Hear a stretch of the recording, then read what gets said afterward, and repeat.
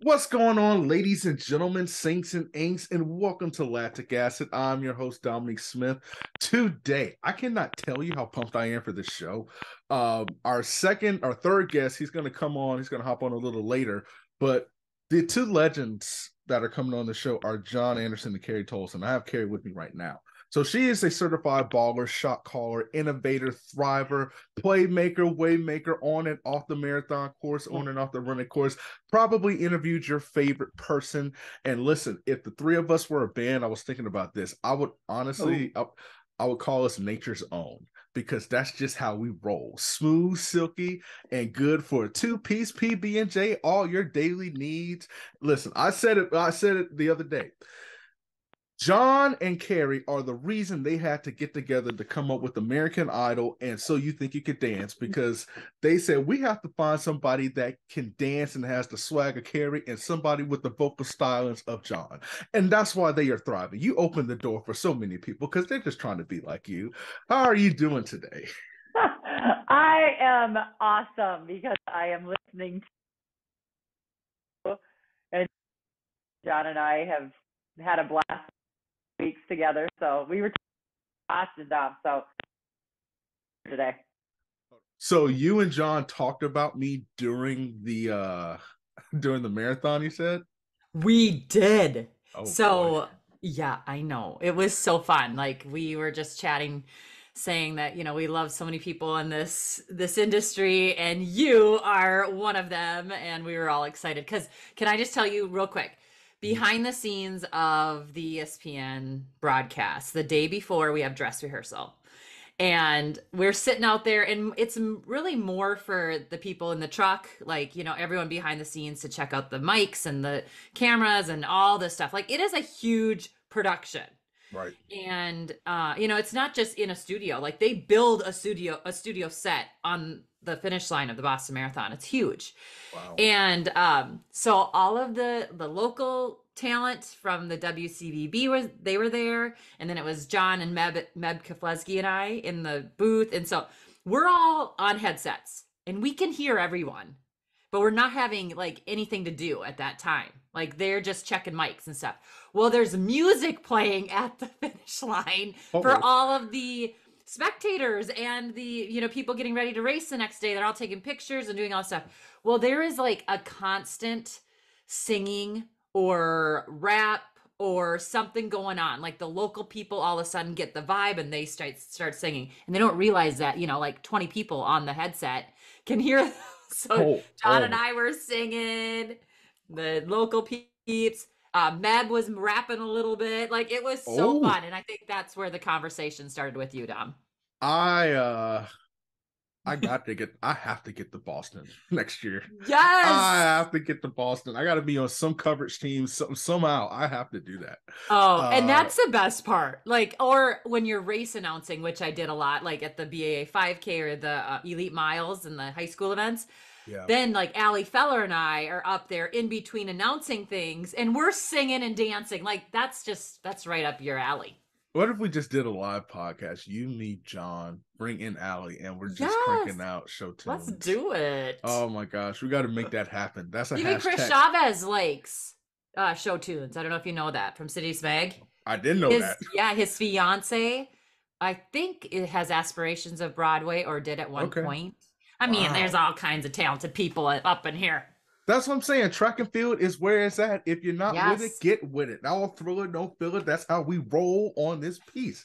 That is just amazing. I text John during the marathon. And for those listening, this show was just recapping the Boston Marathon, especially from the perspective of the two goats who called it. And so I text John, and I text him too late. It's like 12 something. I'm sitting here watching Boston. And I said, if you can find a way to get in Martha Vandel's Dancing in the Street, I will pay you a copious amount of money from a future check whenever I make it. And he was like, dang, man, I just looked. I was like, why did you look at your phone? It was over a commercial. I texted you. Oh, shoot. And so he was like, next year. So I have to wait 350 something days. Oh, okay. I was gonna say, how many days are there in a year?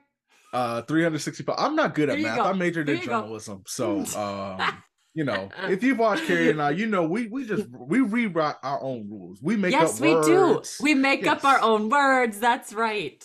Yeah, so that's just how it is. So I had the opportunity to go on Carrie's show, and she Mhm. gave me a taste of my own medicine, and that medicine tasted like Robitussin. So I want to return the. No, Oh it actually did not no. taste like Is this like Robitussin. a game of tag? Like, is this going on? Okay. And you are it, my friend. So Oh. no, no. I have to say this. It had the perception of Robitussin because maybe it's just a southern thing. Robitussin fixes everything. If you tear your ACL, put some Robitussin on it, and then you're healed. Yes, Interesting. that's Because it. it just knocks you out. You just take a nap and then Yeah, whatever. I don't know what's in it. It's like some Holy Ghost power or something in it, but Robitussin is the key.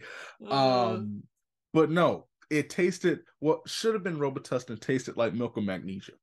Oh, come on. It wasn't that bad. No, I'm just playing. It was actually, it was very, you came up with some great questions, It was so fun. that stumped me and that tells me what I'm doing to my amazing guests that come on the show.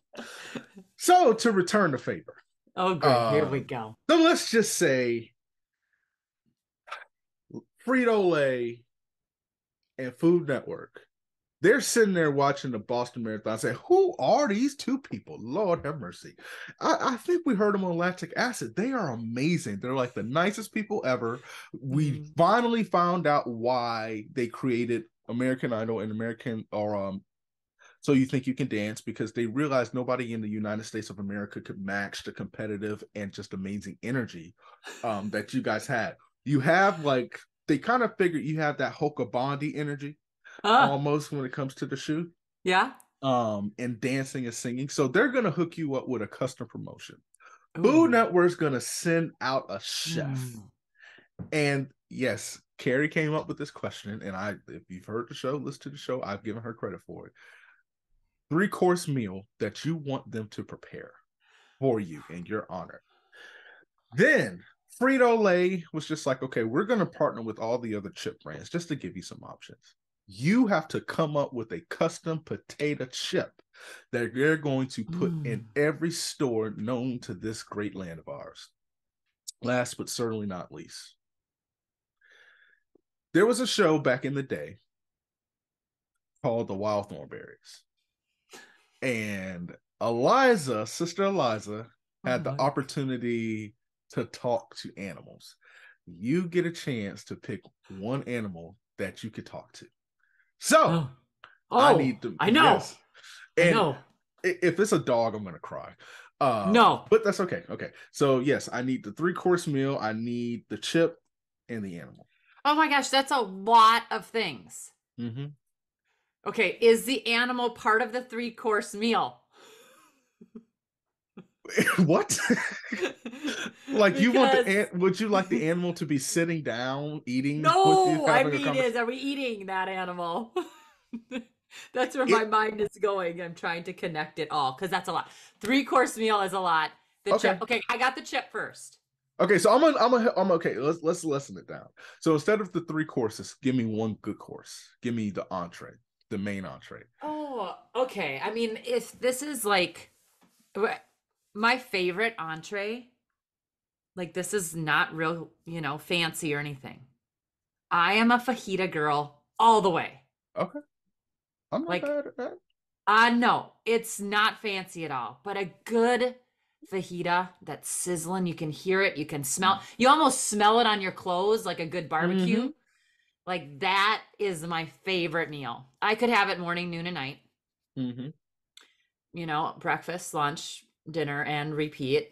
But I guess if I'm gonna have to do 3-course, then that might be different. Like then I would maybe like a really nice salad, maybe some apps with like some, I don't know, some scallops, and then like a really good steak with some cheddar mashed potatoes. Some really buttery bread, which actually I just had some of the best bread at the Fairmont where the elite athletes stay in Boston. If you guys go there, it was $12. It was the best $12 I spent all weekend. It was so good. So that right there. Okay. I love And then dessert, you know me.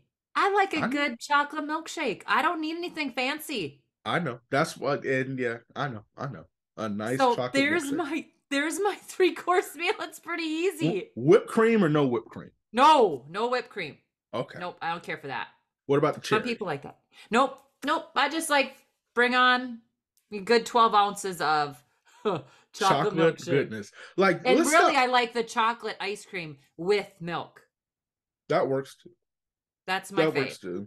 So here's the thing, y'all. Stop healthifying milkshakes. Take that cherry off. Yes. Like, come on. That cherry is not healthy anyway. I'm just telling you. It's in all kinds of grenadine and it's not good for you. Okay, well then definitely. Well, okay, fine. So I mean, if you like it, go for it. But don't try to think that that's your fruit of the day. Yeah, y'all need to get your priorities straight. Get your life together. Exactly. Just eat the milkshake and love it. Yeah. And then if I'm gonna do a chip, I got one. I got one that I don't think anyone has made yet. Okay. So I love a good like sweet potato chip, but then I also like a good appetizer where you have sweet potato and bacon. Ooh.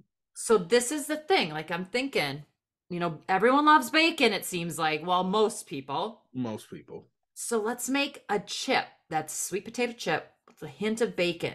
And maybe there's some kind of like, I don't know, not sour cream, but maybe like a gorgonzola little or some kind of tang. What do you think? Did I just hear silence from Dominique Smith? You did. And as a journalist, I'm not supposed to be silent unless someone else is talking, but yeah, I got you thinking. Don't put no gorgonzola crumbles in that nonsense. No, you not don't think because wait, maybe like a little bit of maple syrup type. Like there's got to be something besides just the bacon and sweet potato. Sweet potato gives you the sweet aspect, and then you have the salty aspect of the bacon. But I feel like the gorgonzola is so strong that it's going to overpower. Maybe we don't need that. Maybe you dip it in some kind of like gorgonzola cheese sauce. Like maybe a blue cheese. Yeah, blue cheese too. I was just trying to be fancy with gorgonzola. I know, but leave the Gorgonzola family, over there. They just went to church and they had a good Sunday, so we don't want to worry and bother them. Okay. Yeah. I'm scared about this animal because animal. Okay, and I'll explain later why I'm a little nervous. But go ahead. So all through the pandemic, my kids and I watched people wrestle alligators and crocodiles. That was like our fun. So I am literally obsessed with crocodiles and alligators. Okay. So we're going to ignore that thing on the computer because it was just alerting me that Brother John is on this way. So you're obsessed with crocodiles and alligators. As somebody who lives in Florida and just sees them on the regular. Yes. Like I want to come down and see them. Go watch the Gators play football or something. Like it's safer. No, the real thing. And I don't want ones that are in. Okay. I want the big honkers. Okay, when you come down here, I'm gonna take you to Gatorland. I'm a little nervous about that because if I fall in, I will be eaten. So one of my classmates who I went to high school with, her family owns it, and there's a picture of me. And granted, I haven't talked to her in like a year or two, so we got to get her back on the horn. I have a picture of me back in the day sitting on an alligator. No, I'm not trying to do that. No, I'm just trying to admire them. Okay. I do not text her right now. I do not want to sit on an alligator. I'm not texting her. I'm just trying to find the picture of me sitting on the back of a real alligator. Which I was, so they taped the mouth of the alligator. No, this is making me nervous. And I was just sitting there. I don't know if you can see it. Zoom in and put it way up to the camera. I can't see it there. And I got bad eyes right now. Crap. I can't see it. You're I'm gonna text it. I'm gonna text it to you. I'm gonna text it to you later. But I'm holding the alligator's mouth and it has a bunch of tape wrapped around it. And yeah, it's okay. I'm a big dude. I know how they do that. They wrap it around there after they tackle them, and all that. Yeah, and so I'm kind of sitting there like, if I'm putting a little bit too much mass on the back and he rips open, that's night night. So I was I just like, don't think you could do that.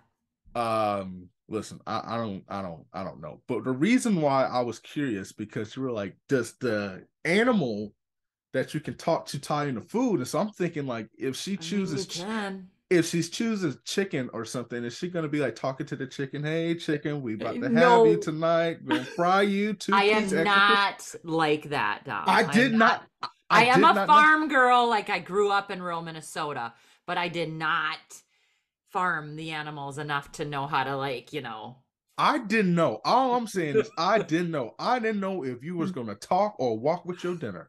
I saw, yeah, like you take your like taking a rooster out for a walk. It's like, why are you No, walking? Yes, why are you? no. I was just wondering if I was gonna have to eat.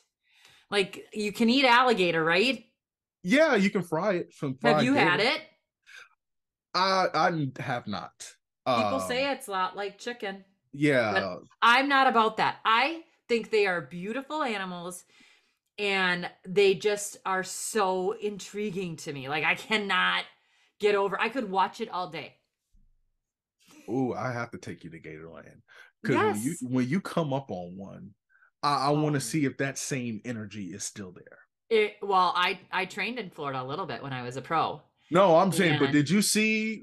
didn't. And Yes. good thing I didn't know how close they actually were to me. Like when we were close to, on campus and things. And I've had Corey McGee on my podcast, and she's like, "Oh yeah, I see him all the time when I'm home." Like, huh? What? Mhm. Here's the thing about certain animals. If you just minding your business, they go mind their business. That's just kind of how, but if people get too curious, oh, I'm so like Steve Irwin, just they have that Yes. mentality, like, oh, what a species, let me get up close, and they feel threatened, then you are a Yeah. two-piece snack to them. So, Oh. you But know, like you guys could go for a swim in a lake in Florida mhm. and know they're in there, and people still go for a swim.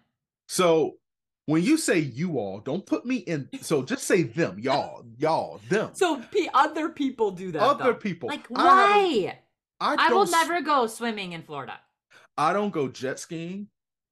I Uh, don't go swimming in others people's lake. I don't go swimming in lakes. I don't swim. That's just how it is. I had an encounter, and I haven't been to the beach since. It was 2012. I had an encounter with a shark. We're in New Smyrna really? Beach, and I'm not really good when it comes to swimming Hmm. and stuff. And then I don't dig rip currents and stuff. Hmm. And so we're just out here chilling, floating on the water, and I see this little thing sticking out. And we're like, oh, snap, it's a dolphin. And then this little 8-year-old kid puts his goggles on and he goes underneath. Oh, no, look, Dad, it's a shark. I didn't swim. I ran. I was the closest thing to Jesus trying to walk on. Jesus walked on water. I was running. Like I was like, Lord, give me the strength to get out this ocean because I haven't been to the beach since. Really? No, no, no, no, no, no, no, no. I wouldn't be either. But I have heard that some alligators can go in the saltwater too. They can. That's the thing. I don't mess around. Like, put my water Mm. in a glass and we'll bless it Trinity. That's how we roll. you know. you You're know. fine with pools. Although in Florida they can have to come into the pool too. Yeah, if honestly our local alligator goes into the back of a family house, and now we have like bears searching around now because we have a bunch of bears and Oh everything. my gosh, I love it. You guys are Okay. freaking natures down there. Okay. Just enjoy Minnesota while you can. Before you come out here. Listen, I just don't want no bears to be on the marathon course, nothing like No, that. It won't no. be. So no, there's some places I'm gonna take you to see your alligators. Okay, good. Gatorland is one of I'm them. coming. So, Maybe during Austin, the man, trials next year. that's what I'm talking about. During the trials, you'll be here a couple days. I Yeah. live here. So I'm gonna get you and John, we're gonna sing to the alligators. We're gonna do a Motown medley and everything. That sounds To the good. He alligators. has a picture of a huge alligator. He likes to golf quite a bit. And I think he Yes. has a place, I think it's in North Carolina, maybe South Carolina, but one of the Carolinas. And He has a really big picture, or a picture of a big alligator on the golf course. So he always will entertain my love of the animal whenever we're talking about it. Listen, because they are like a different breed. They're like Um, dinosaurs. Like, really, I feel like they are the closest thing to a dinosaur that we're ever going to get. I've seen some cockroaches that may disagree. Absolutely. Because In I'm like, Florida? yes, Oh, I killed gross. one. I killed one. I was walking to put some in the trash, and I see something walking, and it like lifted up, and I was like, "What the heck is this?" No. And so I got my phone and zoomed. I was like, "That's a roach. Look, where my shoe?" And I did the 8 pound stump on that roach. I was like, "That is the biggest thing We I don't have." have as, I mean, I think we have them here, but not nearly as much. So cold. Can I like move there because I feel Yes. like it's safer? Well, there are parts of it that's safer, but we do have some crazy animals here. Like what? Like I don't Like see what. bear, Oh, but they're more up north, like by where grandma's marathon is. I might tie in these marathons, up north where it's colder and a little bit more woodsy. But yeah, we have bobcat here and there. here and there. Just that's just so beautiful. I Mhm. will say this before we get to and Okay. John might join us, and I know that we were supposed to be talking about Boston, and that's the fun thing about these episodes. I Is know, like we just go wherever. we just go wherever the wind takes us. But unfortunately, we got destroyed with some hurricanes Mm. this past year. And so that first hurricane that hit, I forgot what the name of it was, that just wiped out Southwest Florida. Still Yeah. gone. Yep.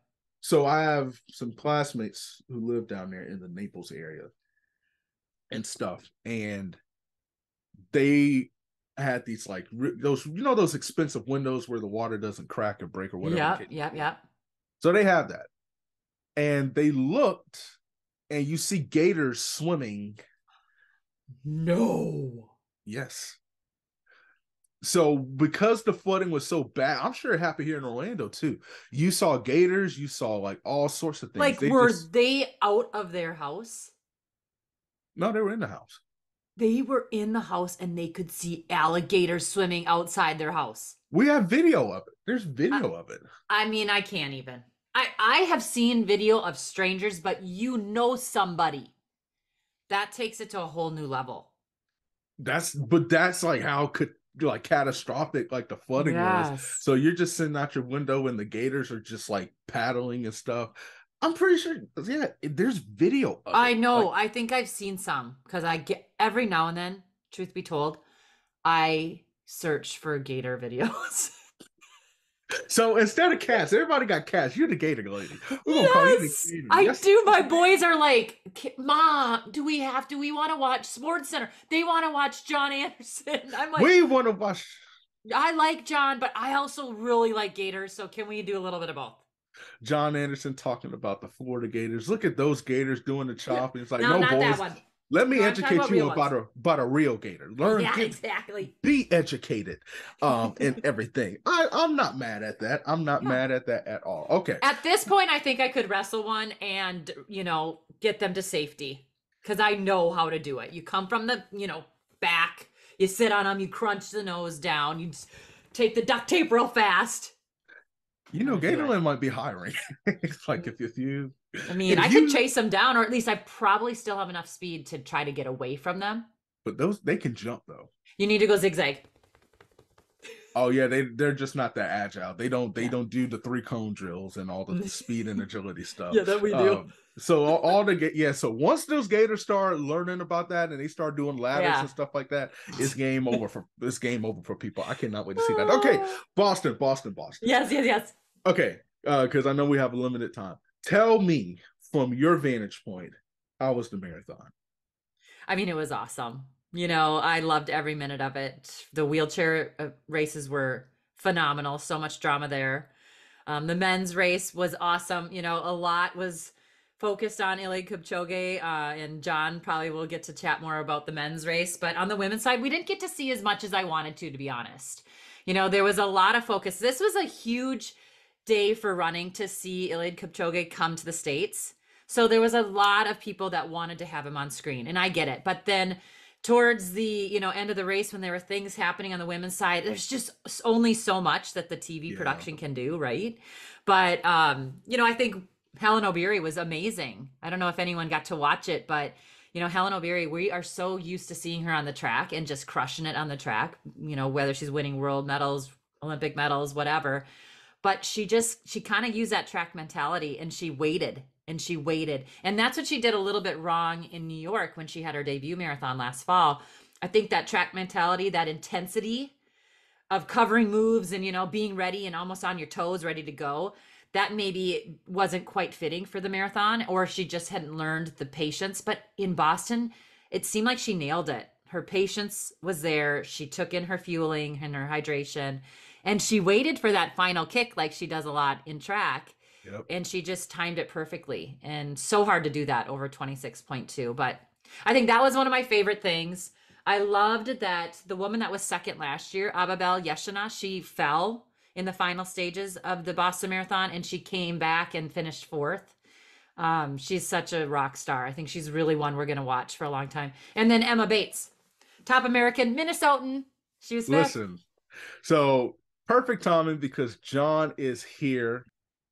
We have my brother on the show, brother John Anderson. Listen, got that Wyoming swag. Like, and I know you were in South Carolina, but it's like you're repping the Cowboys. No, just where? with the color, with the color scheme. Dude, I am black and gold all the way. Maybe a little. That was a navy hat for the blue. I don't even know what color that is anymore. It's a bit washed out. Okay, that's fair.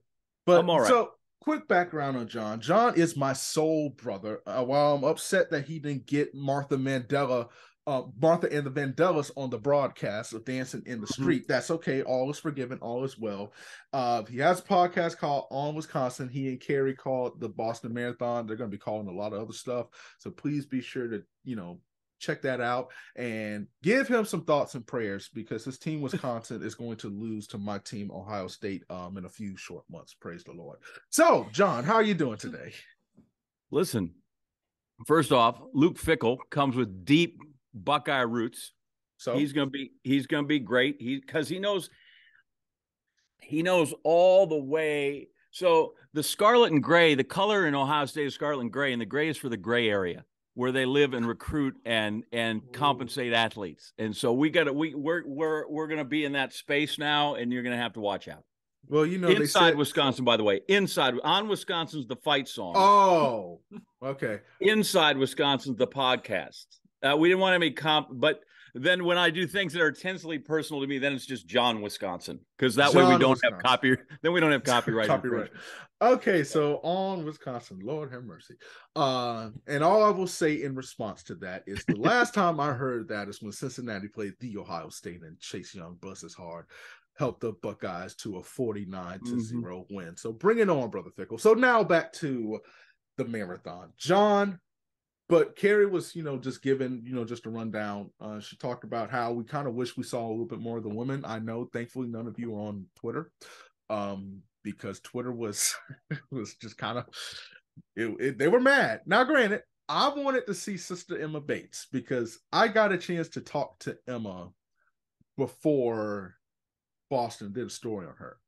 And the energy that she had, I told her, can we put this in a 6-pack and sell it? Because she was so confident in her ability, and it manifested itself in the race. I thought she was going to win. From your vantage point, and we'll talk just a brief bit about Kipchoge in a second, but from your vantage point, what did you see, from her that just kind of stood out to you? I think I saw the best marathon maybe she's run. Against that kind of a class. I was like everybody else. I'm like, wow, that is some bold talk. But I guess once you back it up, it's not bold talk. It is, great self-confidence and knowing where you are and what kind of fitness level you have, which isn't always the key, right? We know fit people and they get in the marathon because that's a lot of time to yourself to try to think things over and things can go sideways. Just even if you feel great when you make those first few strides, there's a lot of time to get in your head and make things go off course. So It's fantastic. I think, Carrie, correct me if I'm wrong, she's the 4th American woman now with the standard, with the Olympic standard by qualifying. I think she got it on time and by place. So that's good because the men, let's, are we going to have 3 Olympic qualifying men in the marathon? That leads to, so at least that makes the trials that much better. So I thought she was great. I thought she was wonderful that she hung in there for so long. That I'm with you. I thought, wow, she might be able to really pull this thing off, get on the podium. So all that was exceptional. I hear the people that don't listen. Everybody, there's a lot of races going on the same time. So people think you see too much wheelchair. They don't see enough wheelchair because in the first hour they have it themselves.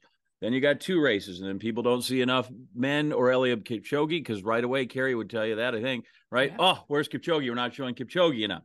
Then it's okay, we're not showing the women's. There's a lot of stuff going on, and I don't know that anybody missed a significant step, a significant stride, a significant pass, a significant breakaway in any of that. What I like to have, here's 2.5 hours of uninterrupted coverage, and we will, put them, the men, they get to run alone in the screen until the women start, and then we have them both right until one finish. I'd love to have that. Everybody would, but then you wouldn't pay any bills, so it would go away, or you'd get one more subscriber fee that you have to go to. So I always kind of have to alibi when that goes through. Listen, there's a lot of stuff going on. I think we covered it really well. Like I said, I think you saw every main player you needed to see. I thought it was great that we saw Kipchoge, even in his struggles, to keep going, that we devoted that camera to him. You have your choice. Do you want to see Kipchoge try to struggle and finish that race, or do we devote somebody to, hey, here's some of the other American women, but, they're far enough back that I don't know that they're a factor in there. Yeah, Sarah Hall was great. She's 40 and we're watching her, and Annie Frisbee and Lauren Thweet. I get it. There's a lot of people there, but, we didn't see Viola Cheptu on camera, but maybe for that first pack for a while, and she's a really good runner. Like, there's a lot of people there, and there were a lot of really good people, right? I watched London. I think London, they said their women's elite field was 16. Yeah. Okay, yeah. Well, that's a lot easier to get your handle around too. So I'll take the slings, I'll take the arrows, and I would argue that people saw everything meaningful they needed to see in that race. Yep. Nobody's gonna argue because listen, that's my preach right there. You may put. Listen, I don't know. I was just hoping you'd give me one of these. I got one. Well, not even that. I just wanted to, like you're in the front lady with the front row with your handbag. Oh, praise! And your Easter hat on. That's all. With your Easter hat. You're not mean to me about hats, but that's another thing. Well, maybe I can my mama has some church hats around here somewhere. Maybe I could put an organ overlay on this and just kind of get you. Maybe that's just church growing up. The pastor when they're low key wheezing trying to get that point across. That's the only thing you were missing. That's and then every once in a while, just just really. Oh yeah, get in there.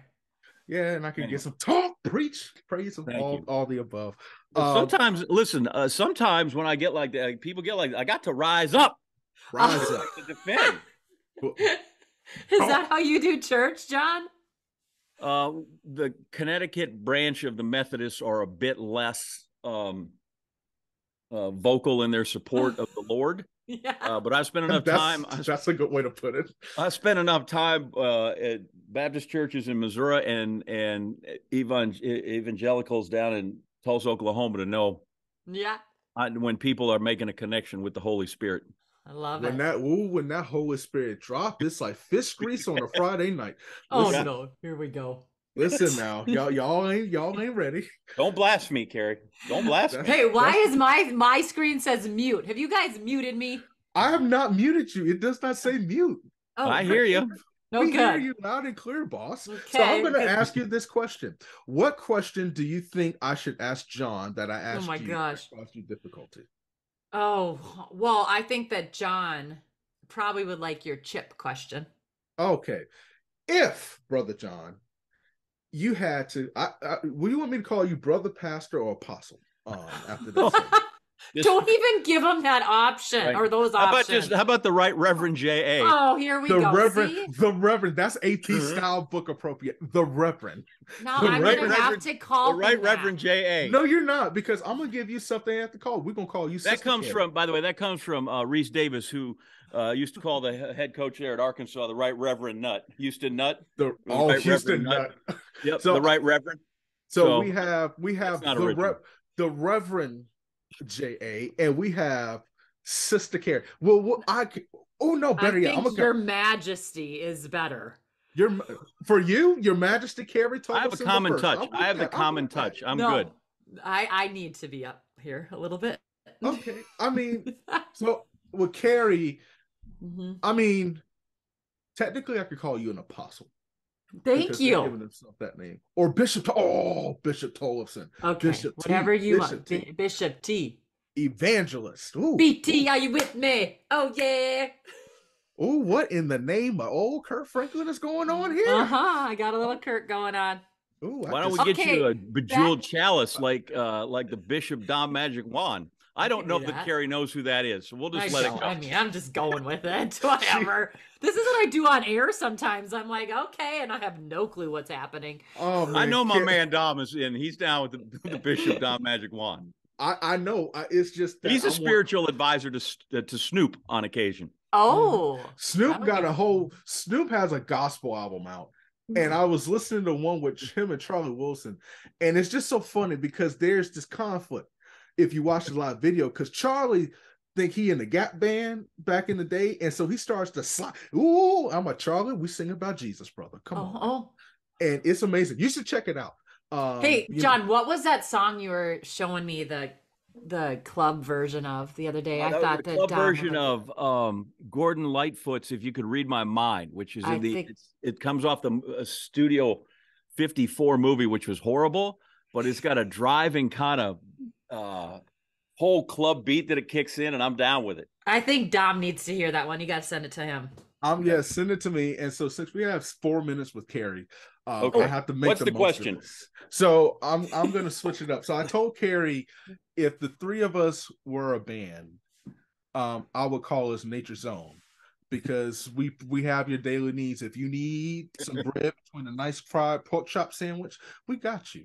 If you need a peanut butter jelly sandwich, we got you. If your life is in turmoil and you need some bologna with some cheese or some ham, turkey, no, I'm not going to say that, but we got you. So what is your input, both of you guys? What's your input on that? Oh, John, go first. Well, I'm down with that, except it sounds like we're selling granola. Nature's Own? Yeah. Isn't that like somebody that sells I like Freak of Nature better. Nuts, berries, and candies. I think that's a place, but I thought that was the bread. It might be. It's too confusing. Freak of Nature's. Honestly, Freak of Nature's. The food pyramid's odd anymore, and my 4 food groups are different. Than I do meat, and then I do chewy and salty and nacho.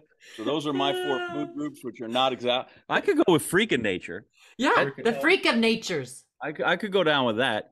All I know is if we're really going to have a band, I am not entering unless Bootsy Collins is playing bass. Yeah. Oh, listen now. I was just listening to I'd Rather Be With You. I'd rather be with you. Yeah. I'd rather be with you. Remind me to tell you Bootsy Collins at the SP story if I haven't told you that already. Oh. You see, now you got me started. Have you heard the song Wind Me Up by Bootsy?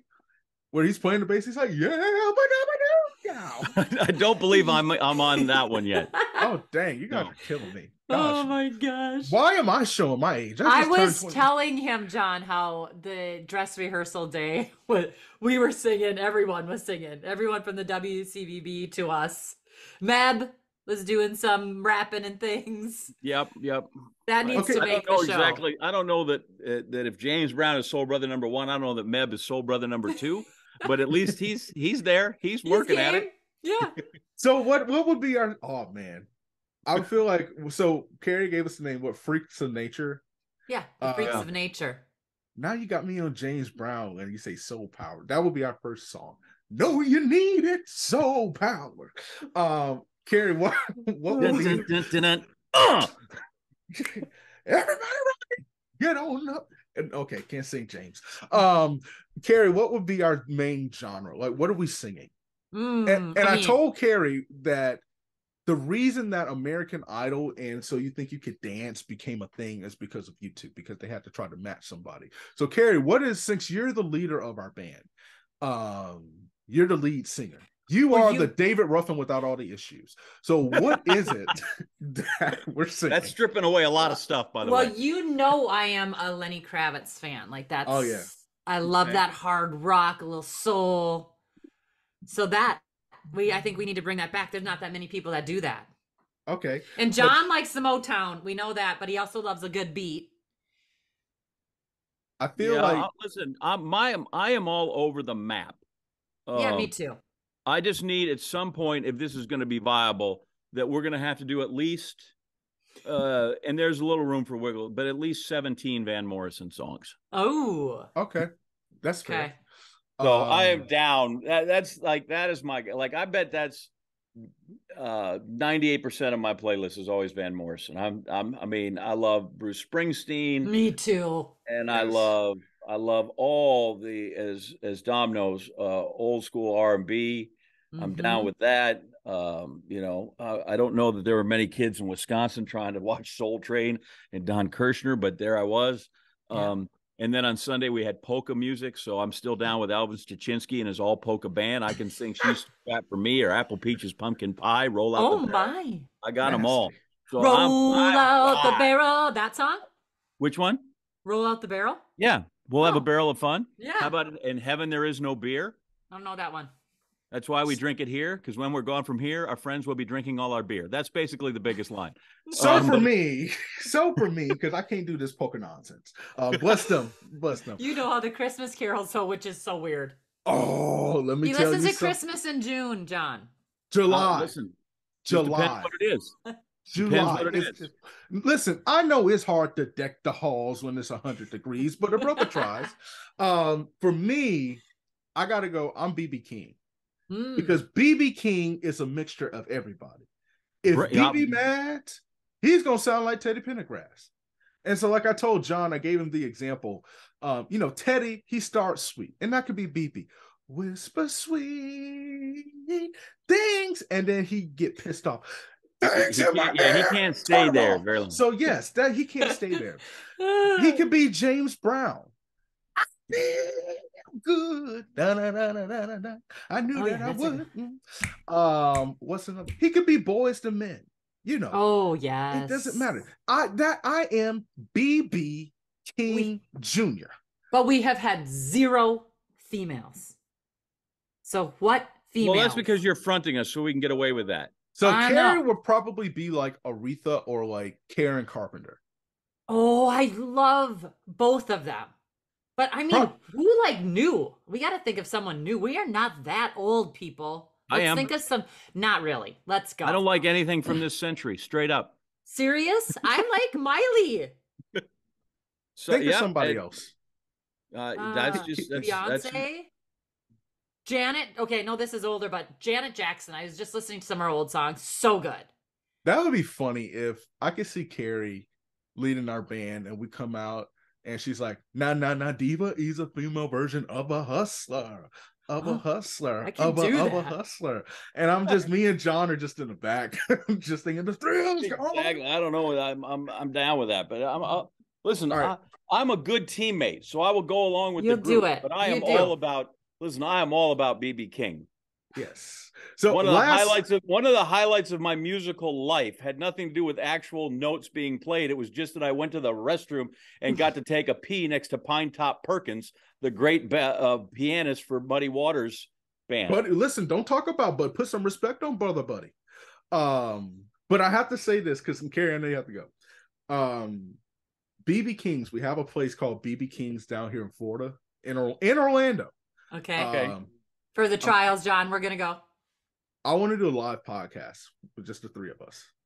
Let's do it. At BB King's, eating barbecue and fried chicken and fried fish. Oh my gosh, yes. Just eating our sorrows away. What if just a snippet for the fans. In the next 30 seconds, so Carrie can go to the next phase of her life. Mm-hmm. What if, and by phase I mean meeting, what if we did a quick song together? Oh. What do we know? Carrie, since you are departing from us, I want you to, and you're already snapping your finger. She's the leader of our band, so I don't know what I'm feeling though. I'm giving him something. How about we are family? We are family. Get down. Okay. Oh, tell me. I need you to get in the tune though, because the tune is getting lost somewhere. I am in tune, dude. Oh. I think your tone is a little off today. My tone. Well, I go high. I know you do. I can't go that high. Once you hit 40, you can't go that high anymore. I am a tenor. You can be soprano. John will be bass. Okay, here we go. I can't be a part of this. That is way up there. For us. Okay, fine. Okay, Carrie, I will match your energy. I'm listening to it. I'm down. We are family. I can do that. We are family. Yeah, see that? You're strained to get down there. I got John and Carrie with me. Oh, what do I do? Well, okay, well, fine then. Well, okay, fine. Got to bring it all the way down. Carrie, you're tenor. Right? Carrie, you're tenor. John, you are Bruce Springsteen, and you know who I'm going to be real quick? I am going to be my dog, Barry White. Oh, that's your dog's name? I don't have a dog, but that's my homie. Ain't get enough of your love, baby. She's like, is that my dog? Shout out to. I totally thought it was your dog. She's like, my dog, Barry White. It's like, free my dog, Barry. What? See, hey, this is what John has to put up with.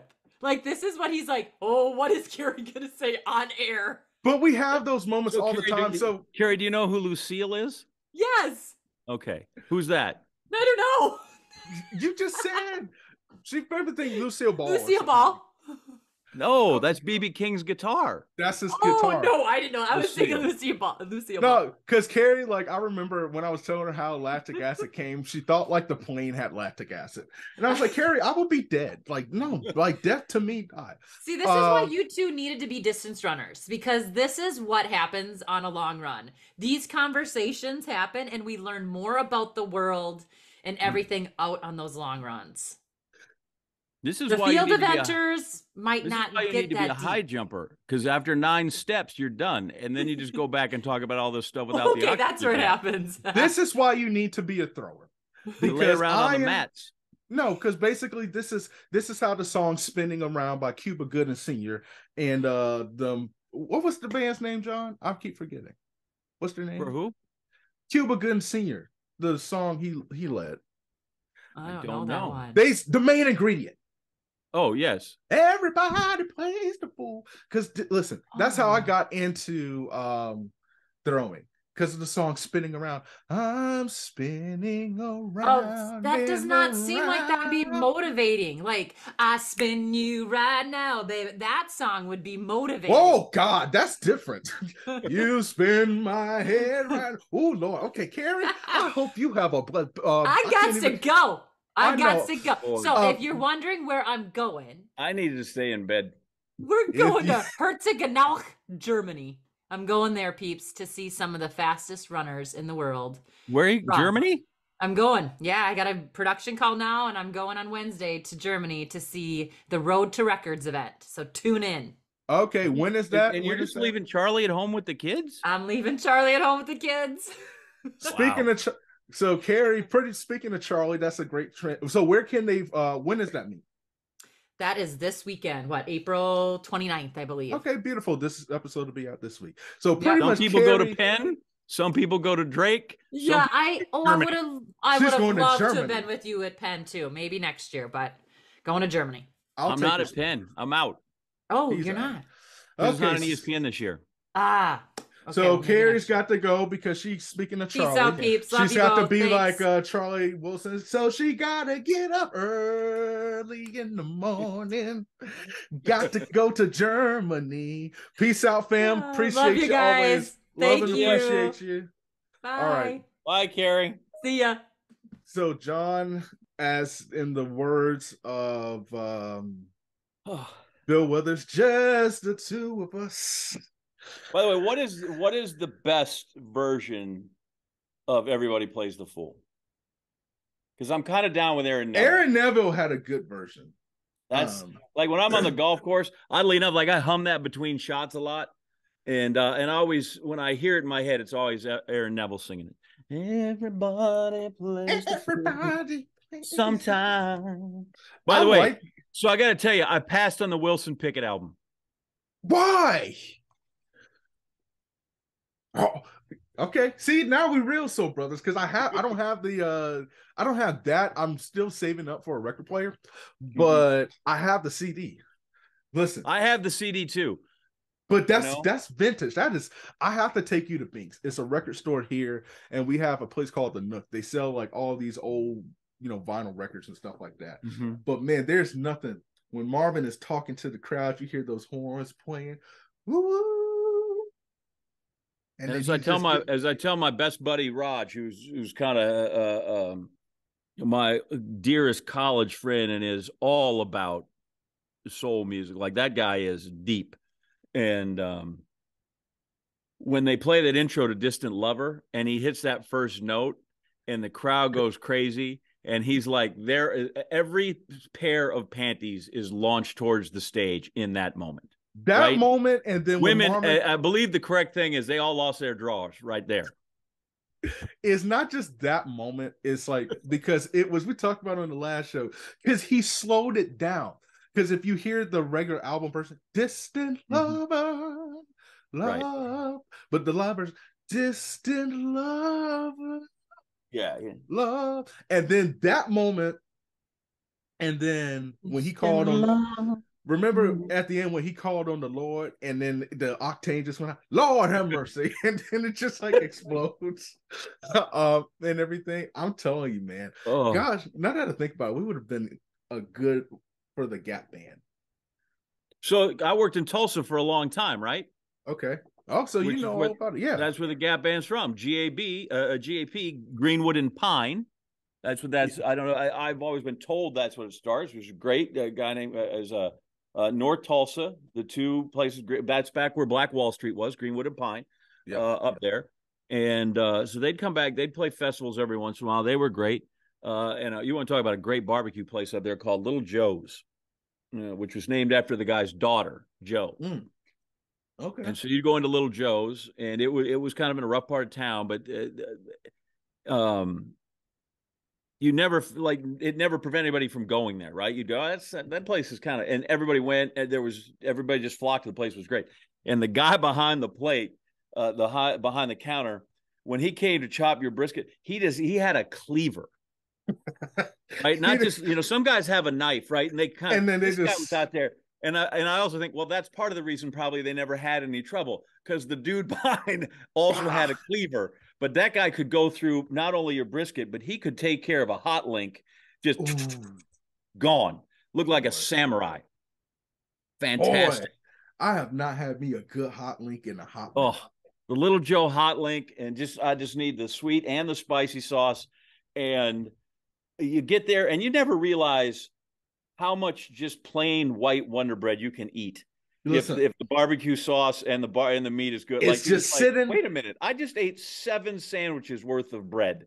Listen, when back in the day, Mr. Darnell, God bless the dead, he was known in Orlando for his ribs, and put that piece of Wonder Bread on it, and you let that sauce soak in that bread and marinate. Yeah.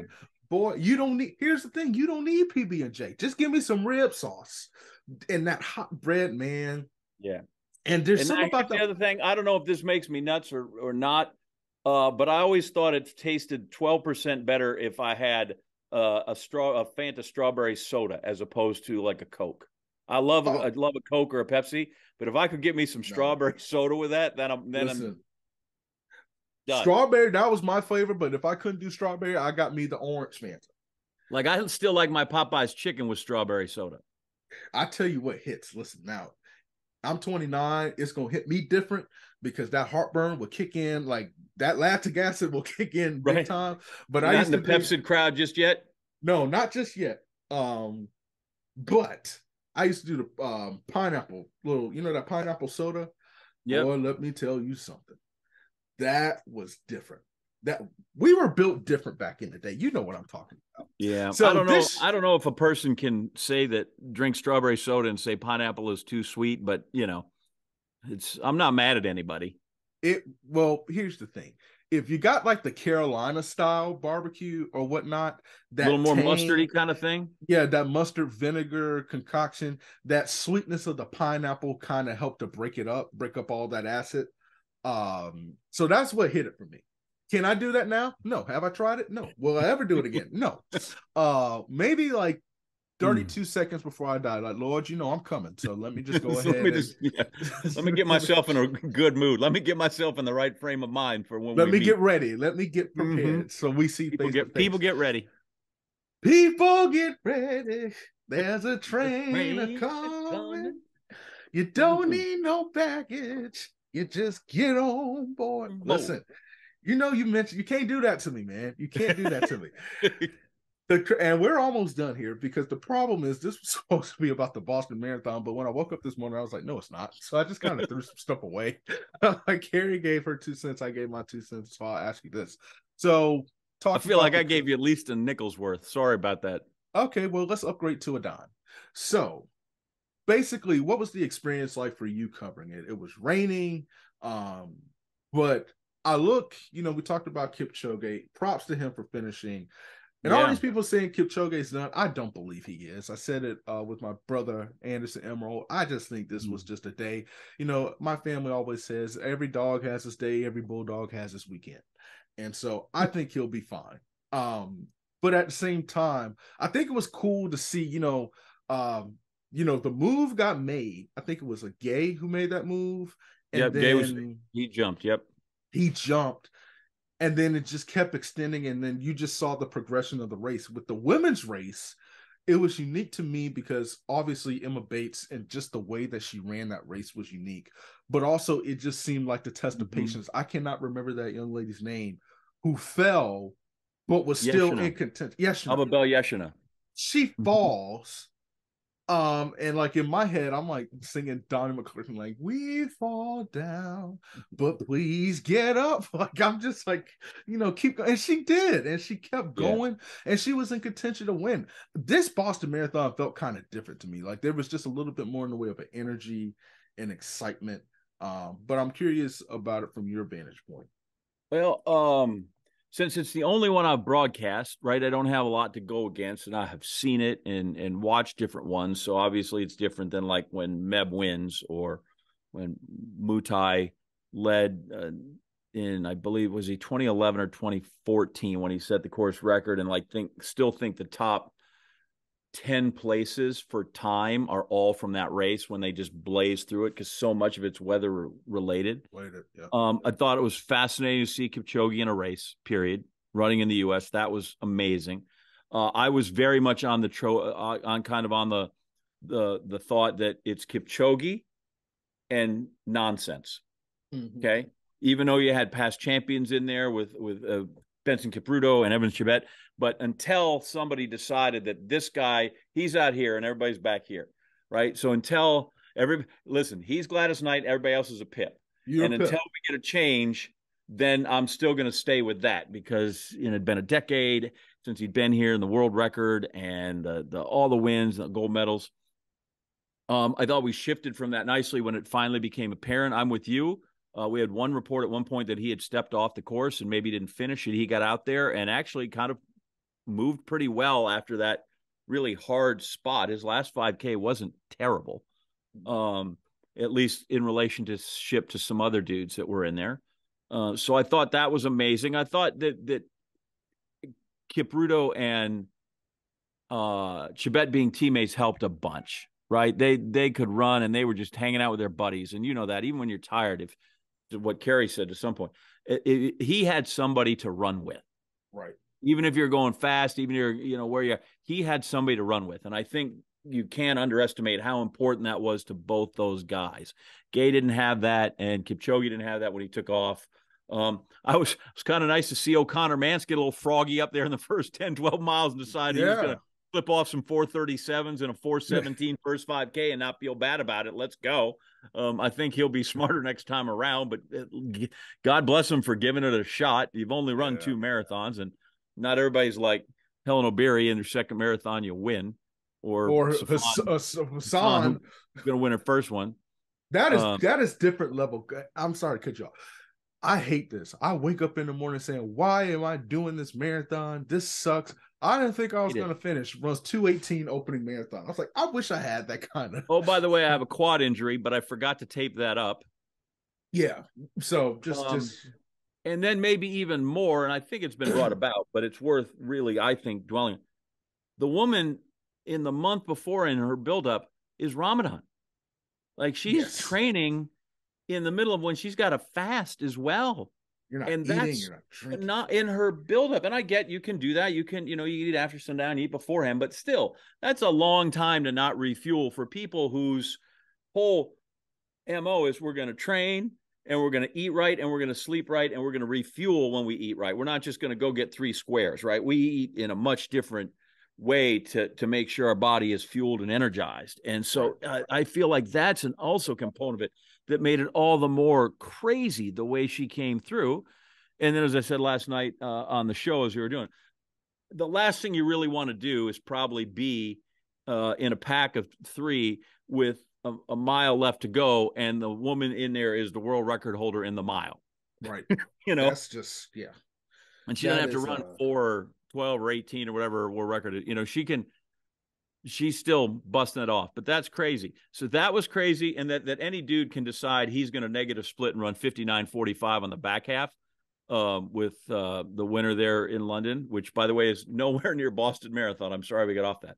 So Kipchoge was fascinating. I think those guys ran together, which was remarkable and helped a bunch of them. And then in the end, I had done a sit down with both of them beforehand. And I said, what point are you done being boys? And now I got to go beat that. And they really beat a guy, and they both kind of laughed and smiled. They totally understood the question. I think they were both kind of like, really never, right? Like we're never far away from each other, but at some point I just maybe feel better than you. And we're going to run the best we can. At no point is it now, okay, you're the other guy, you're the enemy, you're the opponent, and I'm going to try and drop you. It was just, we're just going to run, and one of us will be faster than the other. It just sorts itself out. And yet they almost were like, well, we're also sort of kind of competing against each other from the first step too. Right. So there was kind of a strange dynamic of we're never really far apart and we're never really going to break. And yet from the beginning, I really would like to beat him and he'd really like to beat me.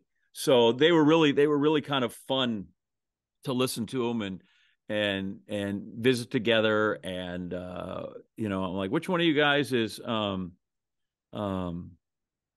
one's the complainer in the group? And they just wouldn't bite, man. They just laughed and looked at each other and said, who is this wacky dude? And, why don't you stop picking on us and ask, Gatti Tom or Lona Salpeter a question when it came through. So by the way, Salpeter was great too. Yes. When she ran. All these people, I said to Carrie, the one thing I thought we missed that we didn't bring out. So O'Beary wins, which, by the way, if you watch somewhere in the first 8 minutes of that show, 8:39 before the race started, Anderson said if he'd had a quid or two and could go to the betting shack in London, he might put it on O'Beary. But we made a big deal. Here's her with Tanya and her daughter. But I said, we need to so many of those gals that were top finishers were moms. Salpeter's a mom, or these gals are amazing. For the longest time, if you're in the media long enough, you understand there's only one female athlete that's a mom. That's Serena. No other woman has ever had a child and done anything in sports. Only Serena, only mother in sports. I don't know if you knew that. Well, it turns out that's not true. There's a lot of these women that have been great, And oh, by the way, if you're like Kim Clijsters, who actually win tennis tournaments after they've done that. But Serena's sort of she sucks a lot of the oxygen out of that discussion.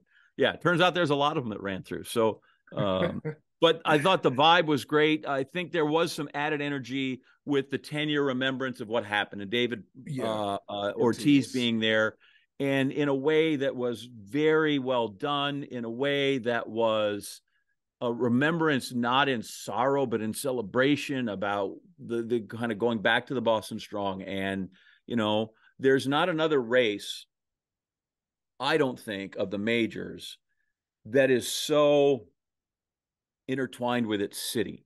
Hear me out on this. Like Berlin's the fast one, right? That's its rep.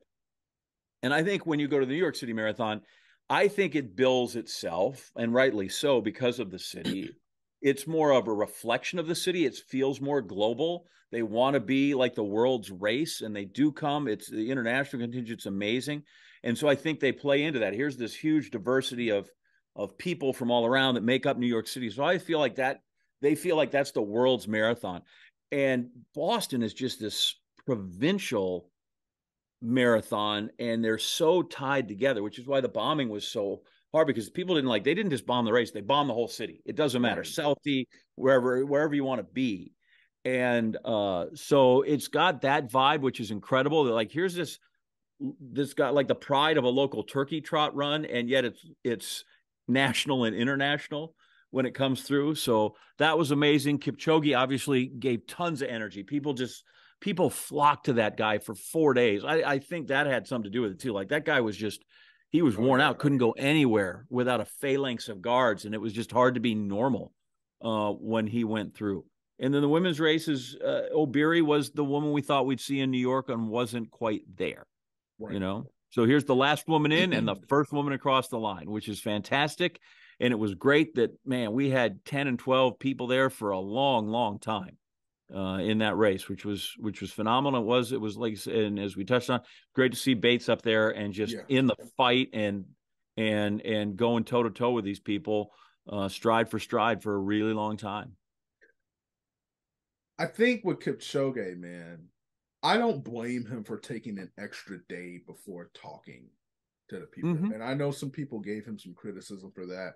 And I always say, these athletes, I mean, technically, maybe there's some contractual, obligations, but they're technically not always obligated to talk to us. So, we can't be entitled. Like, we don't need to hear. He could have done without talking to us, and it would have been completely understandable. Like, I know Anderson Emerald, we were talking about it, and he said, I talked with his agent or his coach after the race. Everybody's like, where is he?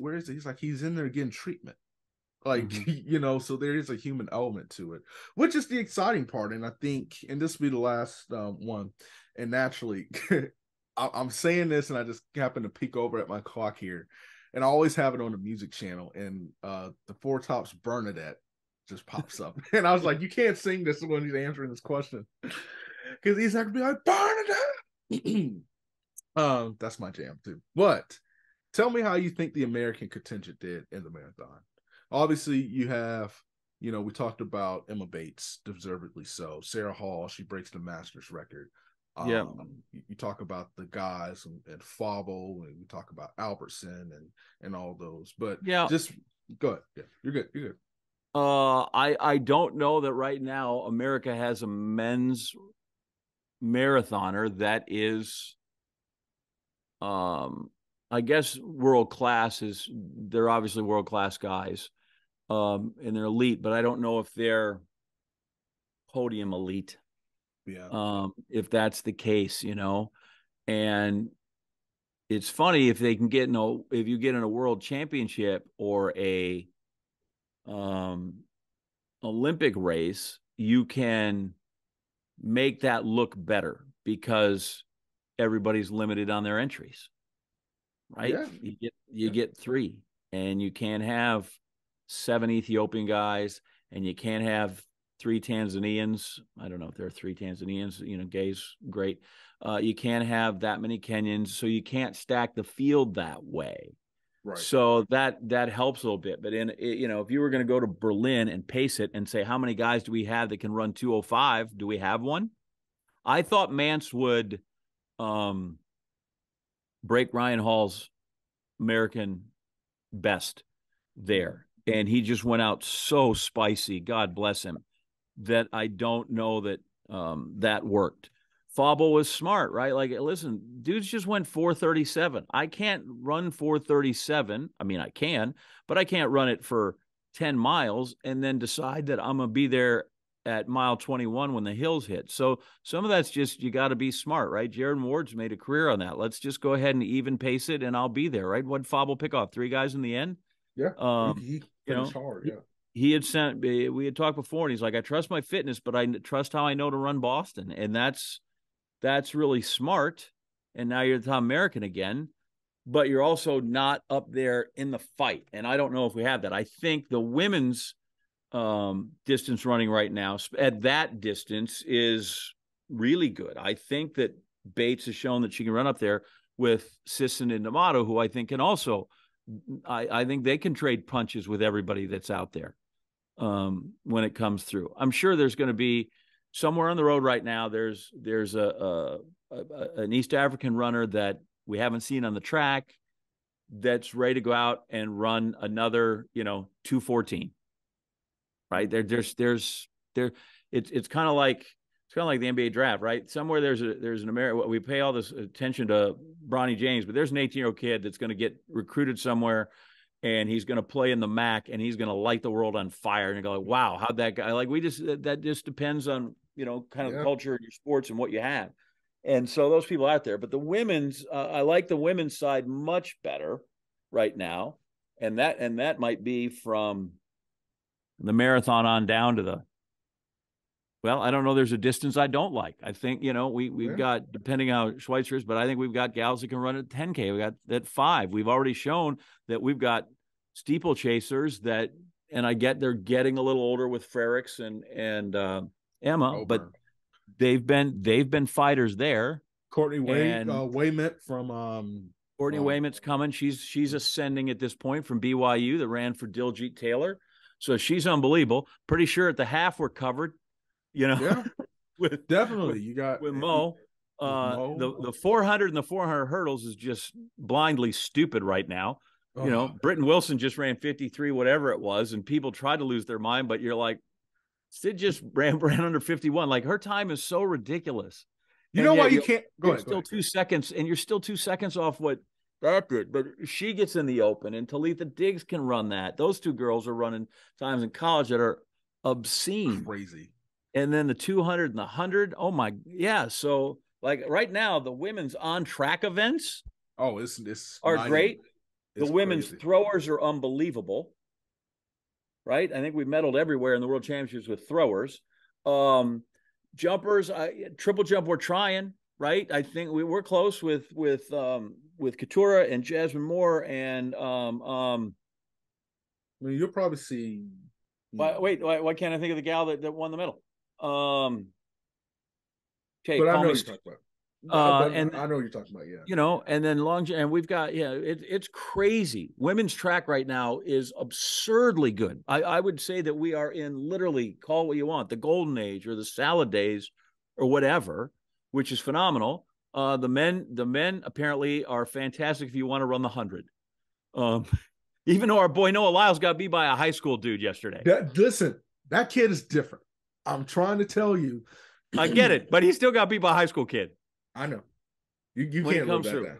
You can't live that down. But we're coming some. We got some guys across there. Grant Fisher shows that he can punch up at 5 and 10, and Woody and some of those guys. But the marathon, we are just not quite there yet. Really good dudes and really like quality people. They got to find 4 minutes. You do. And 4 minutes is what? That's 5 seconds a mile, basically. Yeah. Yeah. Something like that. Yeah. So, John, that's it. Because I asked Carrie a couple hard questions, that's how we're going to close this. I'm going to ask you 4 hard questions as far as a rapid fire deal. Okay. Are you ready? Yep. You had to be a background singer for any band. Who are you going with? That's not even close. I have always wanted. Yeah, you want to be a Pip. So let's. I want to be a Pip. Done. So forget that question. I had to be a lead singer for any band. Oh my God, a lead singer for any band. I don't know. I honestly, this is old school because we listen to this all the time with my dad. I would like to just be one of the Mills Brothers. Ooh, okay. Cab driver, once more round the block. Doot doot doot doot doot doot I doot like doot. that. I I could like do it. that. Glow, little glowing, glimmer, glimmer. Okay, whatever you got. Underrated voice. This is all music based, and then there's one track based. Okay, Most underrated voice underrated voice. that did not get the respect that they deserve. Right, because right now, because he's not underrated. Like I just picked it up in South Carolina because there's a book on him. But like I could listen to Darius Rucker sing all day long, but I don't know that he's underrated. But he's just got a different tonal quality, a different sound that is absolutely, you know, He crazy. reminds me a little bit of Charlie Pride. Well, he sings about too, Charlie Pride. I love Charlie Pride. I only know one Charlie Pride song, but I love it. It's Which one? You're so good when you're bad. Does he sing When You Get Behind Closed Doors? No. And Charlie Rich is, hey, did you happen to see the most beautiful girl in the world? So I'm still stalling on any of this. I think of all like names. Underrated is really hard, man. All the guys that I like, good.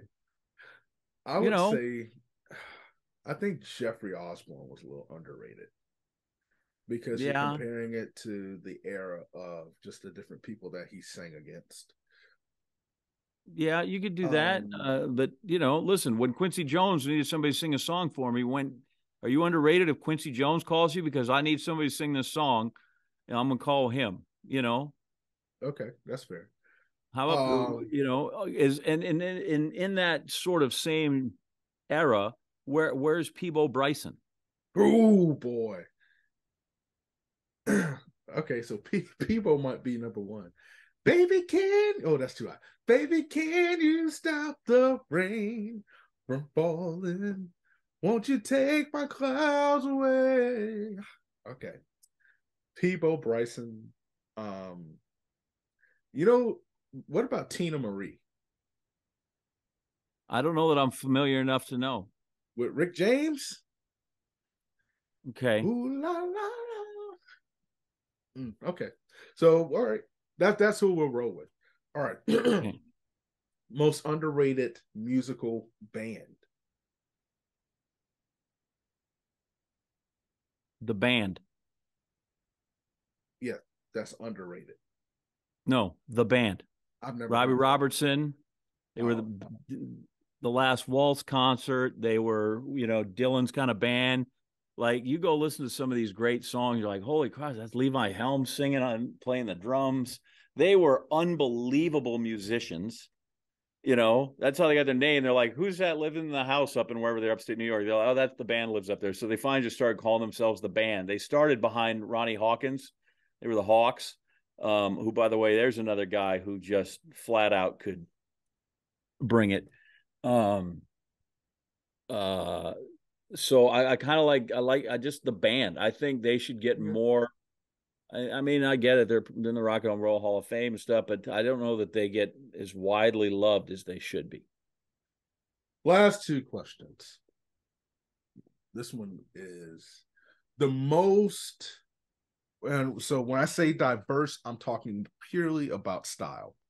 The most diverse band in music. By diverse meaning they could sing. Right, they could do anything, huh? Anything, yes. I'm back and forth between two bands.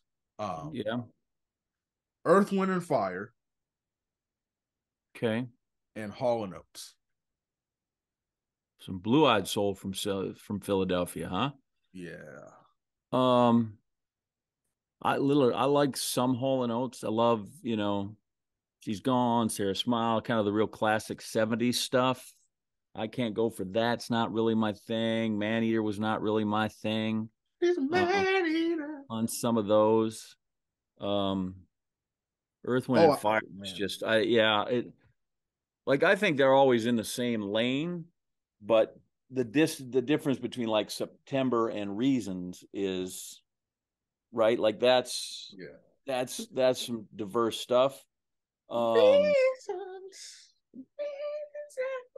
You know, Yeah. this guy has some range right here, Oh, Marv. I have right? to. Yeah. Like I have to. if you just said, listen, today all you get to listen to is Marvin and Tammy Terrell. Okay, good. Then I don't have to leave the house.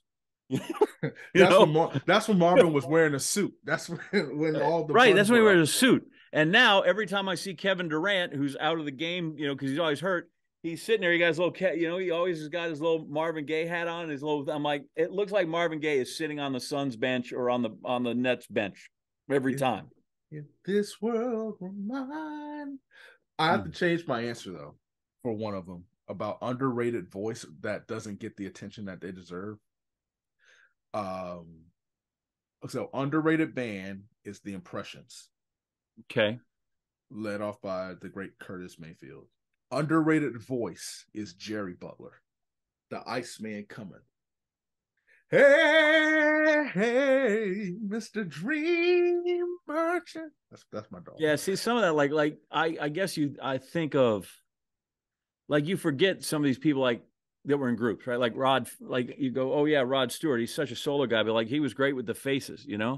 I wish I knew then I knew now when I was younger. But so Curtis, right? I just think of Curtis Mayfield as a solo artist when he's there, That's you want an all-around underrated musician, top to bottom, and this is because I'm here, Tulsa, because the guy could play anything and wrote songs. And Leon Russell is, go ahead and try to figure out where that guy is from. You want to talk about all over the map, right? He's playing with J.J. Cale, and then he's playing with Clapton, and then he's writing that song. What is it? Been in space and time.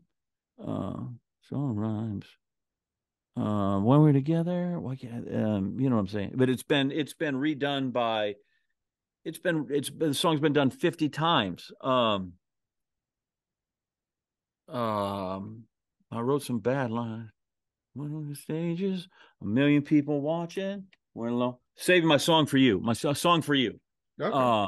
Is just, it's like, that's one of the most unbelievable songs. And like I said, that's been copied. Hell, Michael Bublé did it a decade ago, and it still stands up, and it's unbelievable. But we're alone now, and I'm singing this song for you. I like that. Last question. How has running been kind to you, and what joy has it brought for you? To you. Yeah. So what's crazy is I hate to run.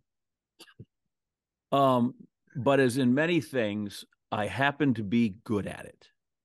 Right? Like, it's the only thing I can do. I don't like to lift a weight. I don't like to ride a stationary bike. I don't want to go to spin class. And though it doesn't appear right now, but I could get on a treadmill, I could run forever. And so, but what it did for me first and foremost, when I ran track this one little year, it was the first thing athletically that ever gave me confidence that I could do something. Like, I was a decent athlete, but I was this little punky kid. I could play anything. I was a little like my son. If you need somebody to finish fourth in something, I'm your guy.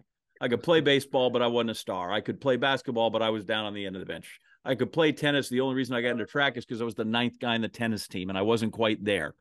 And so when I finally did that, I went, wow, I found something I am good at, which is always, no matter what it is, whether it's athletics or the violin or physics or whatever, when you find something, just the confidence you gain in that goes to everything else is extraordinary. And then I will tell you, the other thing it gave me was a clear picture of what I needed to do in my life, because it wasn't going to be running.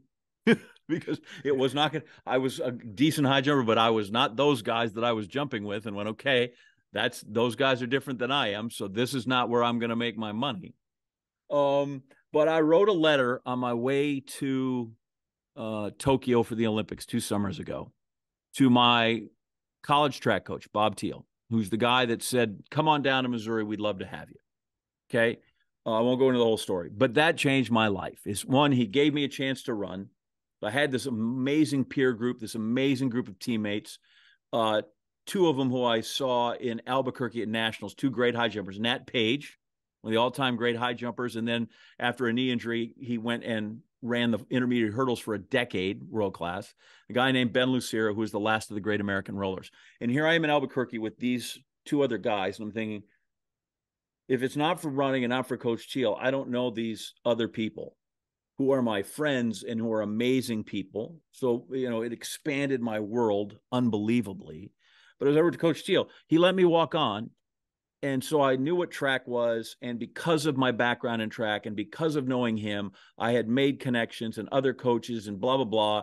And next thing you know, Carrie is like, I don't know that I can go to the Olympics and do what they asked me to do. John, would you be interested? She basically handed me the Olympics because you got to know what you can and can't do. And she's like, I don't know that play-by-play is my thing, and I don't want to do this. And she recommended me, and Dan O'Brien recommended me. But I wrote Coach Teal. If it's not for him and track and running, I'm not scheduled to do the opening ceremonies of the Olympics, which is a hell of a thing. Wow. I went over there and they put you to work in a lot of stuff. So I did the track and field, but before that I did 3x3 basketball. But I'm like, here's this kid from Wisconsin who liked running. And for the Olympic broadcast system in 200 and some odd countries, they're hearing my voice with a guy from South Africa, who was born in Switzerland, and a woman who is, I wanted to say she is of Indian descent, but was British. And we're doing the opening ceremonies. And I'm like, that's a hell of a thing that running has done for me. Don, you are a scholar, a saint, a baller, shot caller. Gosh, I may have to give you, I was going to give you the title of the Iceman. I'm good, man. I like when people just call me John. Well, what was the holy name we gave you earlier on? Right, Reverend J.A. The Reverend. It's so funny in the AP style book, like when I have to write, it says you can't say Rev, it's the Reverend. So that's what we call the Reverend J.A. and Bishop Tollefson. Man, appreciate you guys taking time out of your busy life to come on the show. As always, if I tell y'all we're going to talk about track, just understand that maybe 20% of it is going to be track. 80% of it is just going to be something else. But I hope y'all enjoy the episode. We'll catch y'all next time.